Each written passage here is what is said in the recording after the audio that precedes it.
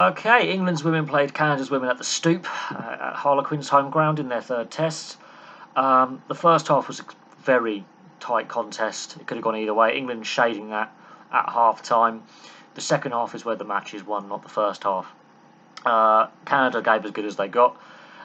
England started on top. They scored their first try after 4 minutes through Heather Cowell on debut at her home ground because she plays for Harlequin women. And then for the next 15 minutes, the game was an arm wrestle. Neither side could gain dominance in set play, so scrum, line out. It was a battle. Um, very, it was stuck in the middle third of the field is the best way to describe it. There was no real dominance from either side, and then the intercept. This is England, I think, getting a little bit frustrated and a little bit impatient. In the last two games against New Zealand, they were already racking up the scoreline, especially in the second test. And Paige Ferris, that's a great intercept. That's reading the ball and then running 60 metres to score because that's forcing the pass. That's getting frustrated. So patience is key. And England were behind briefly. First time that they've been behind this autumn. And so they had to, come from behind a little bit. And then Sarah Byrne gets her first of two tries. The Canadians had dealt with the England rolling maul very, very well. They shut it down. And that was something that the Kiwis couldn't do. The Canadians, the Maple Leafs, they shut down the rolling maul, which has been very, very effective. And they were challenging at scrum time and being, it was a proper test match. So Sarah Byrne gets her first try, which is converted. Then there's a penalty from Zoe Harrison. So they're ticking the scoreboard over. They've now got some points. And then the pull-in try of first phase, that shouldn't happen.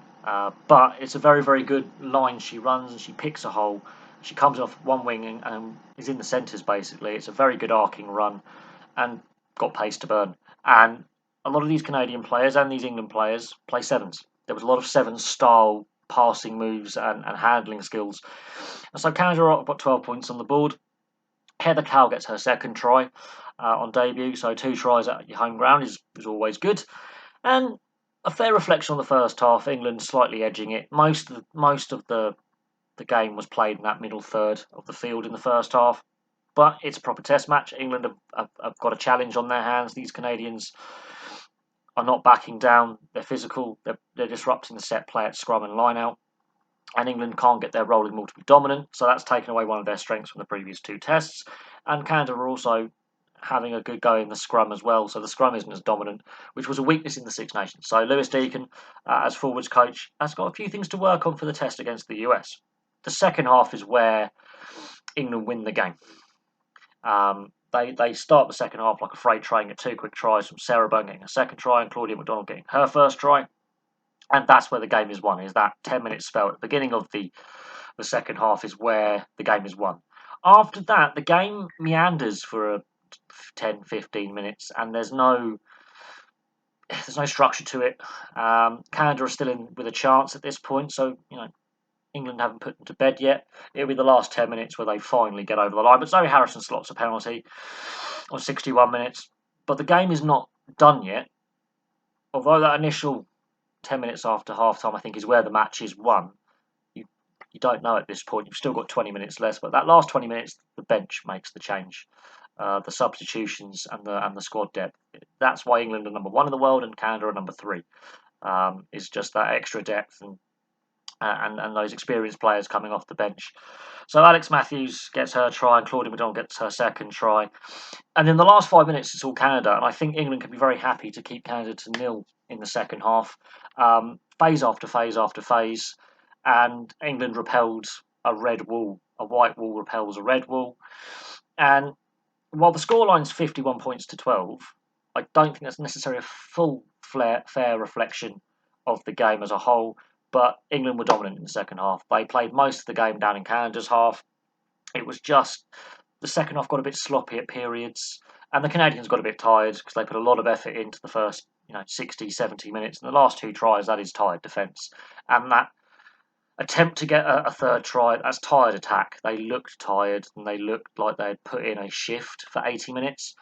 In complete contrast to the New Zealand side and the Black Ferns in the previous 2 tests, Canada really came out from the first whistle competing for everything. They shut down the maul. They disrupted the line-out. They disrupted the scrum. But the stronger England bench plays out, and being the home team plays out. Canada obviously playing 2 matches over in the US, only being in the country may have had a bit of impact as well with preparation.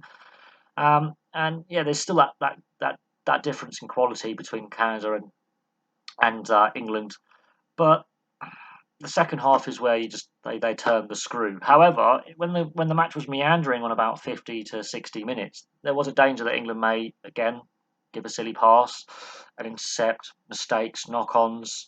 The penalty count was about even. England didn't quite get dominance in the scrum or the line-out. Vice versa with Canada, that was very evenly contested. But it was the depth of bench and keeping that scoreboard ticking over when you're not getting tries, taking penalties when need be, and they just consistently kept ticking the scoreboard over and then making Canada play out from their end, and that tires Canada out. And having extra phases and making the opposition defend will tire them.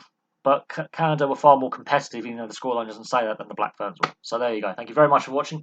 Place your thoughts below, and I'll have some more videos for you very, very soon.